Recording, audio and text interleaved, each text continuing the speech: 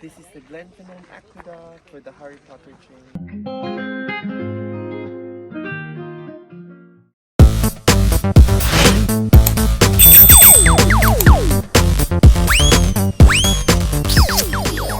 Mga Mondinatics, good morning. Ang pula-pula pa ng mata ko. Inaantok ako, but my outfit for the day. Not that it matters.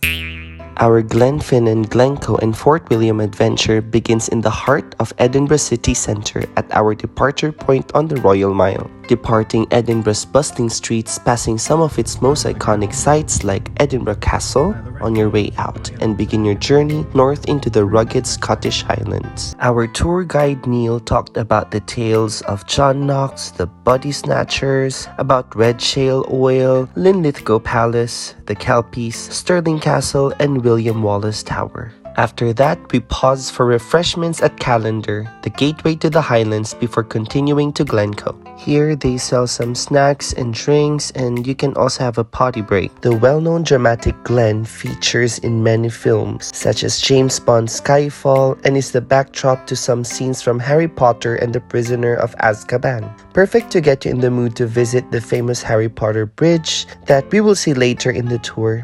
We pause here for photos and to learn all about the history of Glencoe, including the massacre of the MacDonald clan in 1692.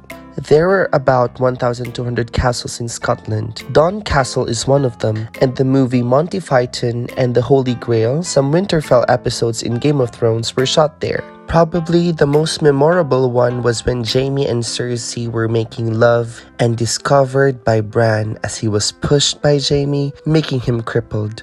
Mackenzie Castle is where the movie Outlanders was shot. The Highlands have many lakes which they call lochs that we have passed by. For example, Loch Lubnaig, Loch Earn, Loch Lubher, Loch Ducat, and Loch Tula, to name a few. We also passed by the old railway of Queen Victoria. Did you know that Achilles Glencoe Valley is also known as the Valley of Sorrow? It looks very melancholic to me, but indeed stunning and beautiful. Loch Leven and Ballachulish Bridge is where Black Forest and Hagrid's house was shot, including the Quidditch game in Harry Potter. You'll learn a lot about the Highlands in this tour. For our next stop, it's going to be Loch Tula. It is one of the smaller lochs that you pass if you are walking the West Highland Way and can be found close to Inveruran and Bridge of Forkey. The views around here are amazing. Be sure to get a picture. This beautiful body of water is surrounded by breathtaking mountain scenery that makes it one of the most picturesque destinations in the United Kingdom, a stunning freshwater lake located in the heart of Scotland. The weather in the United Kingdom is truly unpredictable, as it has started snowing as we travel to our next destination. Bidayan Nambian is our next destination. Bidayan Nambian is the highest mountain in the old county of Argyll. Its dramatic northern ridges are known as the Three Sisters, whilst the highest summits of the group are hidden away behind. It has a steep, rocky, and complex terrain. There are well-known paths for much of the route, but the terrain is very rocky and there are sections of steep scree and very mild scrambling. The descent from Bilac Darg is initially very steep and loose. It usually holds snow until well into summer, making it even more difficult. Be prepared for this or save the route for when the snow is gone.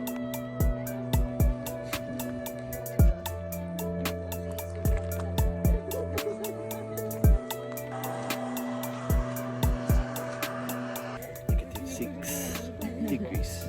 The Black Buckle. So kanina Mondinatics, nandun ako sa may Loch Tula. Hindi pa naka-adjust yung katawan ko sa lamig kasi negative 6 degrees Celsius. Pero ngayon, I think medyo naka-adjust na ako. Picture muna ako. Daming tao. Mga Mondinatics, ang ganda ng view. Na-enjoy ko siya pero grabe, ang lamig. Hindi ko na makaya yung lamig, guys. So tara. We are now on our way to the Three Sisters of Glencoe, so named for the three distinctive ridges on the Bidayan Nambian mountain. The Three Sisters are the most photographed landmark in Glencoe, rising up from lush green valleys. The peaks are road-facing and best seen on foot, where you can take in the full majesty of the region's much-loved natural landmark.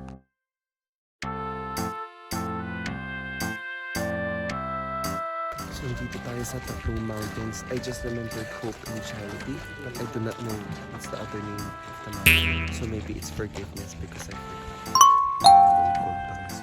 So, andito pala yung mountain. Three Sisters.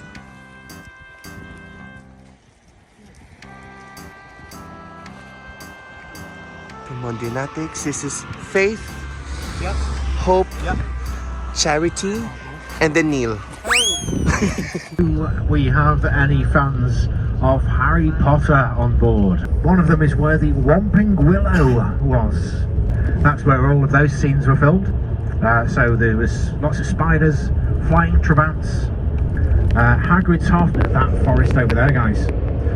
Now, I only recently worked out from the Harry Potter films, at the end of that line of dark trees was Hagrid's house.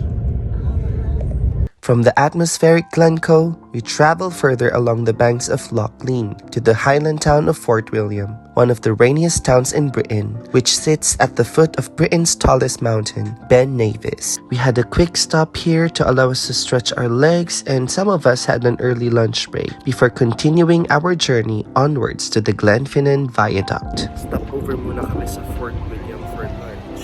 That's Fort William, guys.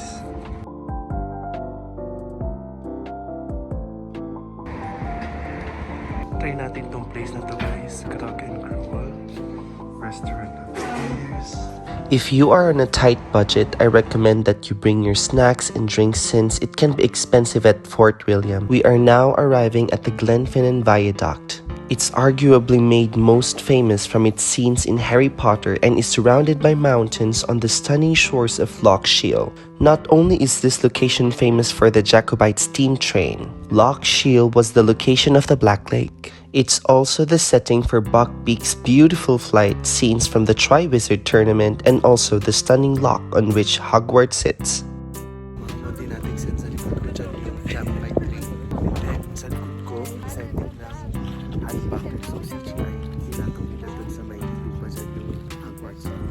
So maganda rin akyatin itong mga Mondinatics. Maganda makakuha ng picture dito. Ngayon naman guys, lapitan natin yung Viaduct. Kasi meron kaming about 1 hour. So tara, puntahan natin yun sa baba.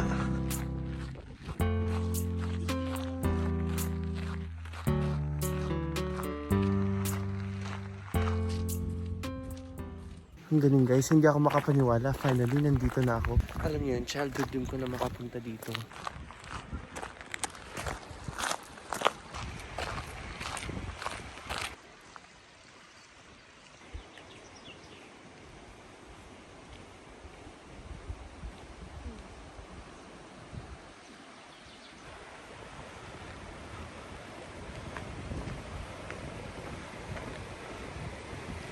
Bagay na nandito na din lang ako. Dapat I need to make sure that I fully immerse into the experience. By the way guys, medyo bad trip ako actually, pero nawala bad trip ko nung nakita ko yung Viaduct. Kasi alam yung kinainan kong yun, hindi ko pala kinainan. Grabe guys, 40 minutes ako naghintay, tapos walang food, pero yung ibang mga tao na una, hindi naman sa nagiging assuming ako. Grabe ang lazy.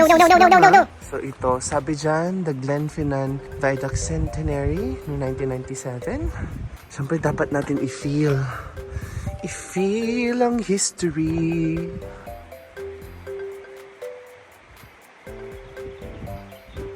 Grabe guys, ang amazing lang.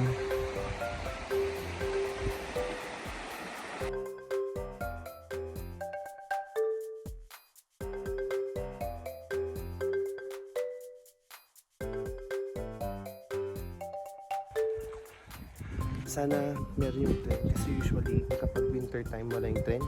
Nagsa-start sila ng March. So pag pupunta kayo dito, make sure na March. Pero mag-ingat kayo kasi mabilis ma-fully book yung mga tour at saka mga Jacobite plane. Tara, balik na tayo. Baka maiwanan pa ako ng tour bus ko.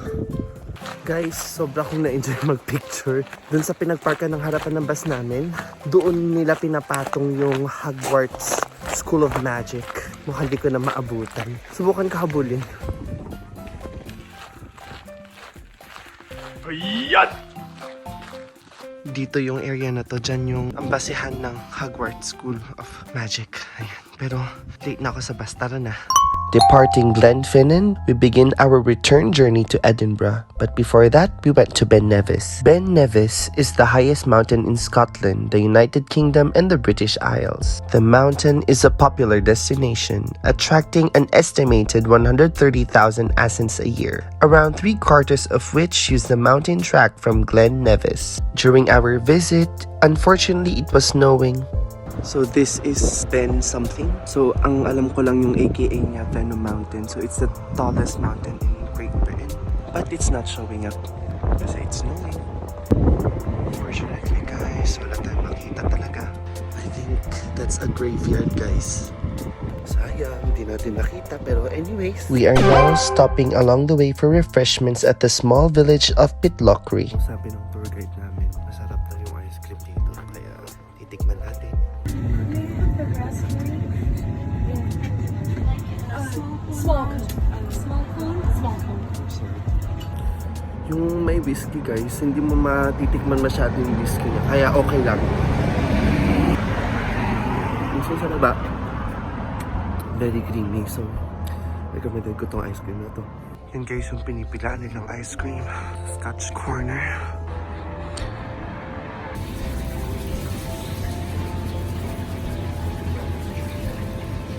Yung fish and chips na yun guys, inubos ko ng 5 minutes. I'd highly recommend this tour. I'll give it a 10 out of 10. With interesting facts from our tour guide Neil, it made this journey truly worthwhile. Thanks for joining me mga Mountainatics. I love you from the moon to my back.